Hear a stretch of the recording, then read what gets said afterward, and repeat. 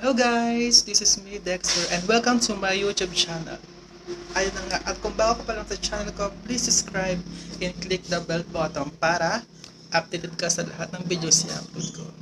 At ngayon nga guys, medyo hindi maganda yung pakiramdam ko. Medyo namamalat ako at may ubong kaunti pero hindi naman ganun kalala. So naisip ko, gagawa ko ng isang alternative na gamot kasi nga ayaw kong laging uminom ng gamot kasi ayaw kong masana yung katawan ko na laging pang may sakit yung titig ng gamot. So, depende naman sa inyo yun kung paano nyo i-handle o gamot yung sarili nyo. Yun nga, bumili ako kanina sa bayan pero medyo mahipit na kasi nga lockdown ngayon. So, kung lalabas kayo ng bahay, kailangan talaga may agenda kayo or importante talaga pupuntahan nyo.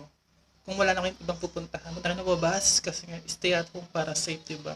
Siyempre, always wear mask and always wash your hands and apply your alcohol. So ngayon, yun nga, gagawa ko ng isang juice or juice siya. Juice nga siya. So yung ito lang ingredients, simple lang. Kumuha ko ng lemon, nati ko siya. Tinibili ko yung lemon. Tapos isang piraso na bawang. Konting bawang lang. Tapos nagpakulo ko ng luya. Luya. Pinakulo ko siya para yung katas niya ay makuha talaga. Ayan o. Kita nyo na. Yun nga. Kaya kung mas mabuting safe. May kasibahan nga tayo. Prevention is better than cure. So, ay! Oh my God. Wait. Ang likod ng camera. Ang ganda ng background. Hindi mo naman. Well. So, kailangan ng tubig. Isasalin ko na yung pinakuloan ko na luya. Ayan. Kailangan din isama. Hindi mo isama yung luya natin. Tapos, lagay nyo siya ng lemon.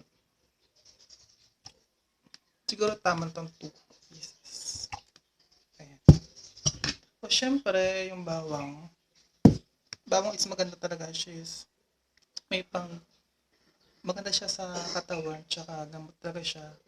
Ito maganda rin ito pag natutulog kayo, lagyan nyo ng bawang yung ilalim ng unan nyo para mahimbing yung tulog nyo. So maraming gamit yung luya. Hinati ko siya para medyo madali siyang umubig. Yan, umuubog. Tapos lagyan natin yung konti. Ayan. So tinayin na ng water. Tinayin na ng tubig. Depende sa inyo. Pinakulong ko na yung luya kanina para hindi yun na kahit konting oras lang, okay na siya. Shake na konti. Ito na, easy lang. Ganun lang. So yung lemon medyo mahal. 25 pesos. Tapos nagmahal na rin yung presyo ng luya.